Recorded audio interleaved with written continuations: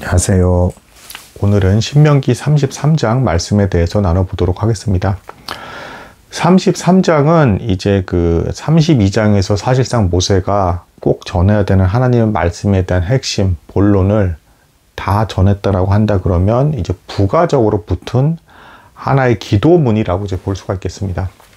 33장에서 모세는 이제 하나님께 부름받기 직전에 이스라엘 백성, 이제 12지파에 대해서 축복의 기도를 남기게 됩니다.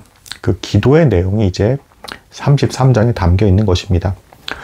그러니까 이 모세라는 사람은 정말 예수 그리스도와 참으로 닮은 사람이라고 볼 수가 있겠습니다. 앞에 있는 내용들이 어떤 내용들이었습니까? 물론 율법을 지키면 복을 누릴 거다라는 내용도 있지만 대체적으로 무서운 내용이 정말 많았죠. 율법을 어겼을 때는 이런 저주가 임하게 될 것이다 라고 하면서 저주의 내용이 훨씬 많았습니다.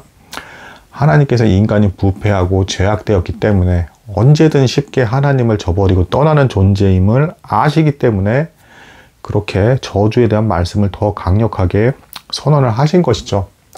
하지만 궁극적으로 결론, 오늘 이제 부가적으로 붙게 된 이 기도문은 하나님께 축복을 구하게 됨으로써 결국에는 이 모든 과정들, 이스라엘 백성들이 도중에 타락하게 돼서 하나님을 떠나게 될 것이고 그런 저주를 받게 될 것인데 결국에는 그것조차도 복으로 바뀌게 될 것이다 라는 선언이 담긴 내용이 이제 신명기 33장이라 볼 수가 있겠습니다.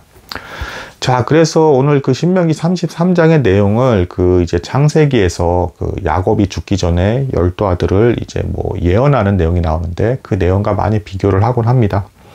전반적으로 이제 거의 비슷하게 다 연결이 되는데 좀 더 이제 모세의 축복의 기도가 좀 더 이들이 잘 될 수 있게끔 번성하게 되게끔 이제 그렇게 하나님께 간구드리는 형태로 이제 드러나고 있습니다. 이 많은 이 12지파에 관련된 이 내용을 하나하나 아주 다 나누기에는 조금 이제 무리가 있고 큰 특징에서, 큰 틀에서의 내용을 좀 나누고 이 중에 중요한 지파와 관련된 몇 가지 특징을 좀 나눠보도록 하겠습니다. 우선은 이 12지파에 대한 축복의 기도가 이제 결국엔 다 이루어지는 것인데 모세가 기도했기 때문에 중보자 역할을 하는 인물이었기 때문에 이제 그렇게 연결이 되는 것이죠.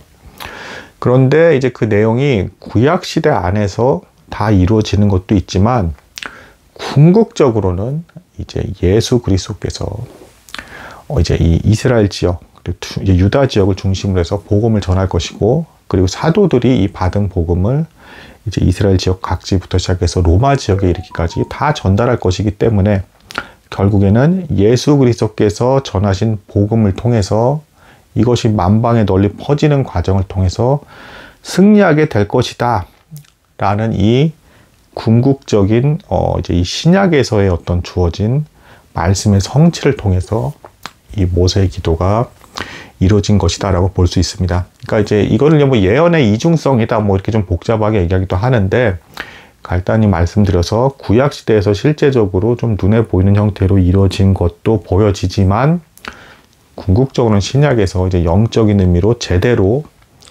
이제 해석을 하게 되면 예수 그리스도의 복음이 만방에 전파됨으로써 승리하게 될 것이다 라는 것을 선언하는 것이기 때문에 축복의 기도라고 이제 볼 수밖에 없는 것입니다. 심지어는 이스라엘 백성들이 도중에 타락해서 이방 족속에서 잡혀가고 저주를 받고 고난을 받는 그런 기간을 거쳐가는 중에도 마침내는 결국에는 예수님께서 유다 지역에 태어나실 것이고 사도들이 이 복음을 전달함으로써 이 세계 곳곳에 만방에 모든 이방 족속까지 복을 누리게 될 것이다 라는 것을 암시하는 기도문이기 때문에 축복의 내용이다라고 볼 수가 있습니다.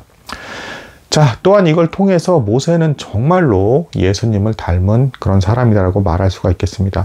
앞서 율법의 저주의 내용이 나왔지만 이 신명기의 마무리 기도는 축복을 선언함으로써 궁극적으로는 우리 이제 모든 성도까지 포함을 해서 예수님의 복음으로 말미암는 복음으로 승리할 것이기 때문에 이 율법의 저주에서 우리가 노임을 받아서 마침내는 참된 복을 누리고 천국에 이르게 될 것이다 라는 것을 선언하는 것이다 라고 이제 볼 수가 있겠습니다. 예수님의 복음이 율법의 저주를 패하고 복된 것을 말씀하신 것처럼 모세 역시도 이 신명기에서 앞서 율법의 저주를 선언을 했지만 여기서 축복을 선언함으로써 이제 이 말씀을 이제 마치고 있는 것이다라고 이제 볼 수가 있겠습니다. 자, 이제 서두에서 이제 서론에서 그 이제 하나님께서 너희를 사랑하시나니라는 이 표현의 이제 본문이 이제 나옵니다. 그러면서 이제 너희가 내 백성이 되었고 내 말씀을 받는다라는 이제 표현이 나옵니다. 즉 하나님께서 백성을 사랑하신다라는 것의 아주 명확한 증표는 말씀을 선언해 주시는 것입니다. 이를 통해서 가르침을 주시고 백성다운 삶으로서 인도해 주시는 것이죠. 그리고 여기서 조금 더 내려가면 이제 그 모세를 여수룬의 왕이다라는 이제 표현으로서 이제 표현을 해요. 이건 이제 뭐냐면 여수룬은 이제 온전한 자라는 이제 뜻입니다. 근데 실제로 보면 이스라엘 백성들이 전혀 온전하지 않았잖아요. 그러니까 뭡니까? 여수룬의 왕이란 칭호는 온전하지 않은 이 이스라엘 백성들에게 하나님의 말씀을 전달하고 이 뜻대로 순종할 수 있게끔 인도하는 역할을 해야 되는 게 이제 모세의 역할이었기 때문에 이제 여수룬의 왕으로서 이제 불렸다라고 이제 볼 수가 있겠습니다. 그 다음 내용은 이제 각 지파별로 이제 그 축복의 기도를 드리는 것이 이제 나옵니다. 자, 근데 다시 한번 강조해서 말씀을 드립니다. 뭐 구약 시대에 이제 이것이 하나씩 그대로 성취가 되는 것이 드러나지만 궁극적으로는 예수께서 태어나시고 예수께서 전한 복음이 사도들을 통해서까지 만방에 퍼지는 것을 통해서 승리를 선언하고 있는 그런 기도문의 관점으로 이제 보셔야 된다는 것. 자, 여기서 특이한 점이 있습니다. 일단 그 기도문의 시작이 이제 르우벤 지파에서 시작을 해요. 그 르우벤 지파는 말 그대로 야곱의 가장 큰 이제 장자입니다. 그 이제 첫째 아내 레아에서 나온 장자인데 장자권을 잃어버리죠. 그 이유는 이제 창세기 내용에 보면 야곱의 첩을 이제 범하게 됨으로써 아버지의 침상을 더럽혔다 해가지고 장자권을 잃어버리게 됩니다. 그러니까 곧 르우벤 지파는 쇠락하게 될 것 같은 이제 그런 지파인 것이죠. 근데 이것에 대해서 모세가 자비와 긍휼의 마음으로써 이제 이 르우벤 지파가 살길 바라고 그 수가 줄지 않기 바란다라고 하면서 하나님께 간구드리는 르우벤 지파, 곧 야곱의 침상을 더럽힌 이 지파조차도 복이 임하길 바라는 그런 기도로서 시작을 합니다. 굉장히 의미심장하죠. 가장 주도적인 지파가 아니에요. 르우벤 지파는 장자권을 잃었기 때문에. 그리고 어떻게 보면 이제 그 쇠락하고 연약해져 갈 것 같은 그런 지파인데 그런 지파가 가장 먼저 우선 나왔다라는 것. 그리고 이 지파에 대해서도 이제 그렇게 쇠락하지 않고 이제 번성하기를 바라는 그런 마음을 담은 기도를 모세가 드렸다라는 것에 대해서 굉장히 그 어떤 하나님의 은혜의 감동 감화가 된 모세의 심정이 느껴집니다. 자, 그 다음 지파는 뭐 이제 예상대로 이제 가장 중요한 지파가 나옵니다. 유다 지파죠. 뭐니 뭐니 해도 유다 지파는 여기서 이제 예수님께서 나오셨기 때문에 더 이상 말할 바가 없을 뿐더러 여기서 보면 이제 유다 지파가 이제 자기를 위하여 이제 싸우는 그 싸움에 대해서도 하나님께서 도우시고 승리하기를 바라는 이제 기도를 하는데 실제로 구약에서도 어쨌든 유다 지파가 다른 지파에 비해서 길게 더 견디면서 오래 갔고 하나님께서 이들 역시도 잘못하는 것에 대해서도 좀 더 이제 관대하게 이제 다윗의 이제 어떤 그 모습, 그 다윗이 순종한 것을 이제 빌어서 봄으로써 좀 더 그래도 관대하게 대하시는 것도 이제 계속 나오고 그리고 유다 지파가 그래도 그나마 이방 족속에 의해서도 덜 더럽힘을 당하는 이제 그런 모습을 이제 구약에서도 이제 보여주기도 합니다. 하지만 궁극적으로는 대적에 대해서 이제 승리를 한다라는 것은 진정한 승리는 예수님께서 나시고 복음으로서 승리하신 것, 뭐 이것을 이제 가리키는 것이다라고 이제 볼 수가 있겠습니다. 자, 그 다음에 그 유다 지파 다음에 이제 레위 지파가 나와요. 그러니까 이제 레위 지파는 율법을 다뤘던 그 지파인 것이고 유다 지파는 예수님의 복음을 상징하는 지파이기 때문에 유다 지파가 이제 레위 지파보다 앞선 것으로 이제 나오고 있습니다. 자, 레위 지파와 관련된 내용은 이제 뭐 우림과 둠밈이라는 것이 이제 계속 있기를 바라는 기도를 시작을 하는데 우림은 이제 그 조명하시다. 하나님께서 깨달음을 주신다라는 것이고 둠밈은 어떤 순전함을 나타내는 것이에요. 그래서 그 레위기 율법에도 나오지만 대제사장의 판결 흉패 안에 있던 것이고 이것이 정말 그런가 아닌가 판결을 잘 내리지 못했을 때 하나님의 계시를 통해서 이제 그 뜻을 밝힌 데 사용하는 어떤 도구입니다. 근데 이것을 바벨론 포로기 때 잃어버려요. 근데 이게 계속 있기를 바란다 기도했는데 그럼 기도 응답이 안 된 게 아니냐라고 할 수가 있을지 모르겠는데 바벨론 포로기에 이걸 잃어버리지만 예수님께서 결국에는 이 율법을 다뤘던 레위인들의 진정한 성취는 사실 뭡니까? 기묘자라고 불리고 완전한 대제사장이라 불리시는 예수님을 통해서 제대로 성취가 된 것이죠. 그런 의미에서 봤을 때는 우림과 둠밈이 이들에게서 떠나지 않은 것이라 볼 수 있다. 영원한 대제사장인 예수님께서 나셔서 실제로 십자가에 못 박혀 죽으시고 죄에 대한 권세를 깨시고 믿음으로 구원의 길에 이를 수 있는 길을 열어주셨기 때문에 이 율법이 나타내는 바에 대한 모든 요구를 예수님께서 이루셨기 때문에 레위 지파에 대한 기도 역시도 성취된 것이다 라고 볼 수가 있겠습니다. 뭐 이제 더 나아가서 이제 뭐 이런 내용도 나와요. 뭐 이제 마사와 무리바의 시험을 이제 뭐 통과하게 되고 그 이후에 이제 또 백성들, 그러니까 이제 부모 앞에서 이제 백성들에 관한 것을 이제 무시하면서까지 하나님의 말씀을 지켰다 이런 내용들이 나오는데 이것도 구약에서 그대로 지켜집니다. 이제 모세가 레위 지파죠. 아론도 그렇고 모세와 아론이 백성들과 충돌이 일어나면서까지라도 어떻게든 하나님 뜻에 순종을 했죠. 그리고 그 밑에 있는 레위인들도 황금 송아지 사건이 일어났을 때 이 백성들이 이제 잘못한 것에 대해서 징계할 때 칼을 빼서 이들을 죽이라는 명이 내려요. 이것을 그대로 또 이행한 그 지파도 이제 레위 지파라 볼 수 있겠습니다. 이런 형태로 레위 지파는 그 누구보다도 이제 하나님의 말씀을 먼저 순종하고 따르고 깨달음 얻어서 또 이제 재판관으로서의 역할까지 하면서 집행할 지파일 것임을 이제 선언하는 내용이 나온 것이 이제 레위 지파와 이제 관련된 내용이라고 볼 수 있겠습니다. 자, 그 다음에 이제 네 번째로 나온 지파가 의외인데 베냐민 지파가 이제 네 번째 지파로 나옵니다. 베냐민은 사실 막내 아들인데 어떻게 이렇게 빠르게 그 레위 지파 다음으로 이렇게 베냐민이 나올 수가 있는 것이냐라고 할지 모르겠지만 베냐민 지파가 나중에 이제 땅을 차지하게 되는 그 지정학적 위치가 굉장히 중요한 곳입니다. 예루살렘이 베냐민 지파에 속해요. 시온산이 물론 유다 다윗성으로 이제 포함되어 있었지만 그 성전이 이제 지어진 모리아산이 이제 곧 베냐민 지파에 속해 있기 때문에 이 예루살렘에서 이제 하나님에 대한 예배가 이루어질 것이고 궁극적으로는 이 성전에 예수께서 나타나실 것이며 또한 이 예수님께서 활동하시는 이 영역을 근거로 해서 사도들이 쭉 퍼트려지면서 세계 곳곳에 복음을 전할 것이기 때문에 이 베냐민에 대한 그 말씀 역시도 축복의 말씀일 것이고 굉장히 중요한 내용이 될 것이다 라고 이제 볼 수가 있겠습니다. 자, 여기까지 네 번째 이제 그 지파에 대한 내용이 나왔는데 여기서 좀 희한한 부분이 있습니다. 요 12지파 중에서 시므온에 관한 내용이 없습니다. 근데 이것은 뭐 시므온은 이제 사실 시므온 지파는 전반적으로 이제 그 좀 부정적인 좀 뉘앙스가 이제 느낌이 많이 나는 그런 지파예요. 그러니까 뭐 야곱의 그 딸 디나가 이제 겁탈을 당한 사건 기억하실지 모르겠습니다. 이때 분노해서 그 세겜 땅에 있는 그 이방 족속을 속여서 할례로 속이죠. 그것도 거룩한 하나님께서 주신 할례를 속이는 도구로 사용해서 그 땅 족속을 멸한 사람이 시므온과 레위입니다.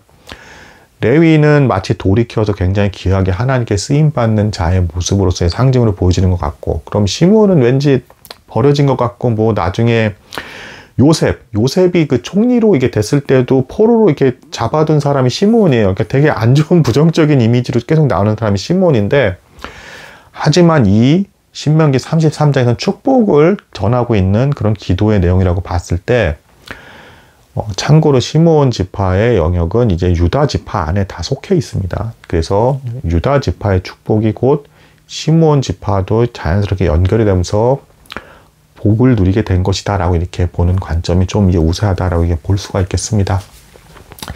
자, 그 다음에 이제 뭐 베냐민 지파까지 나왔고 또 중요한 지파 이제 요셉 지파가 나오겠죠. 에브라임 므낫세 지파. 므낫세가 장자임에도 불구하고 에브라임 지파가 더 우세하게 될 것이다. 뭐 이렇게 선언이 되고 있습니다. 이것은 그 에브라임 므낫세 지파에 대한 이 내용은 야곱이 말한 바 거의 대동소이하다. 이들이 북이스라엘에서 굉장히 우세한 위치를 차지하게 될 것이고 그 땅도 비옥하게 될 것이다.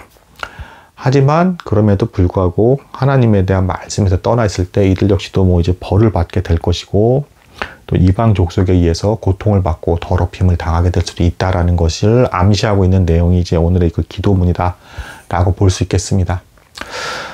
나머지 내용에서 또 이제 신기한 또 특징이 있는데 그 바닷가, 해안가를 닫고 있는 이 외곽 쪽 그 지파에 대해서 의외로 복을 선언한 경우가 많아요. 그러니까 예루살렘에서 먼 곳이죠.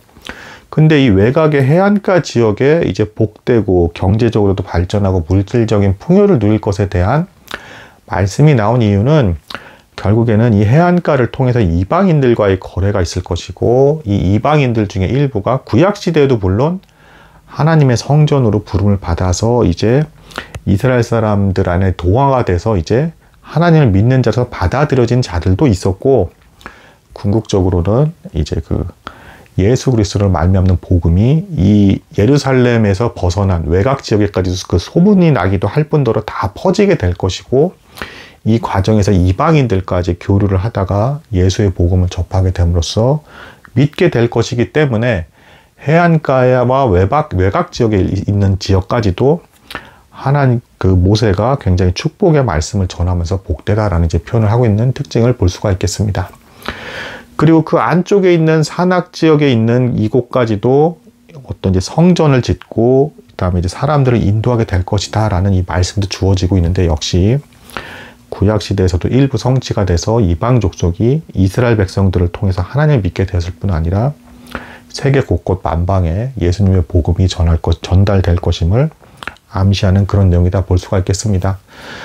여기서 이제 보시면 스불론 지파에 대해서도 굉장히 이제 좀 떨어진 외곽 쪽에 떨어진 지파임에도 그 축복이 임할 수밖에 없는 그 이유는 예수님께서 이제 이 지역 근방에서 가장 먼저 설교를 하셨다, 말씀을 전달하셨다라는 측면에서 그렇다라는 것이고, 또 이제 이런 신약적인 거에서만 연결된 게 아니라 구약 안에서의 그 실제적인 어떤 그 역사 속에서도 연결된 부분이 있다라고 했죠. 단지파 같은 경우에는 이제 예를 들면 이제 그 야곱의 예언에서는 뱀으로 묘사가 됐는데 여기서는 사자로 묘사가 되어 있습니다. 단지파에서 누가 나오냐면 삼손이 나와요. 삼손. 그래서 삼손이 이방 족속을 치죠. 그래서 실제로 야곱의 그 예언의 내용과도 일치가 되게끔 뱀의 머리로서 그리고 사자의 용맹함으로써 이방 족속을 치게 되고, 삼손이 실제로 가장 먼저 한 일 중에 하나가 사자를 찢어 죽입니다. 이런 형태로 또 구약 안에서도 예언이 성취되고 있다라는 것. 그리고 아셀 지파 같은 경우에는 형제들 간의 우애를 도모하고 함께 굉장히 사랑이 넘치는 어떤 공동체로서의 역할을 한 것 같은 암시를 주는 말씀을 줌으로써 역시 그들도 축복을 누리고 있고, 그 외에 다른 지파들 역시도 결국에는 다 축복을 누리게 될 것이다 라는 말씀으로 마치고 있는 장이 신명기 33장이다 라고 볼 수가 있겠습니다. 그러니까 간단히 결론을 짓자면 구약에서도 일부 성취가 되고, 궁극적으로는 신약의 예수님의 복음의 말씀을 통해서 그리고 사도들이 전달하는 말씀을 통해서 성취되고 대적들의 권세를 무릎 꿇게 할 것이며 승리할 것이기 때문에 이 모세의 축복의 기도는 정확히 다 기도응답을 받은 것이 되는 것이다 라고 이제 볼 수가 있겠습니다. 율법을 전한 모세 역시도 결론은 축복의 기도로서 마무리를 졌기 때문에 이 일련의 과정들, 율법의 저주를 받으면서 고통받는 기간까지 겪게 될 것이지만 궁극적으로는 이 모든 고통과 힘겨운 과정까지도 복이 될 것이다 라는 선언으로 끝나는 것이 신명기 33장이고, 오늘날의 성도들에 있어서도 그 모든 고통의 과정까지도 예수 그리스도의 복음으로 복을 누릴 것이기 때문에 동일하게 성취가 되었다라고 이제 말씀드릴 수 있겠습니다. 오늘은 여기까지 하도록 하겠습니다. 감사합니다.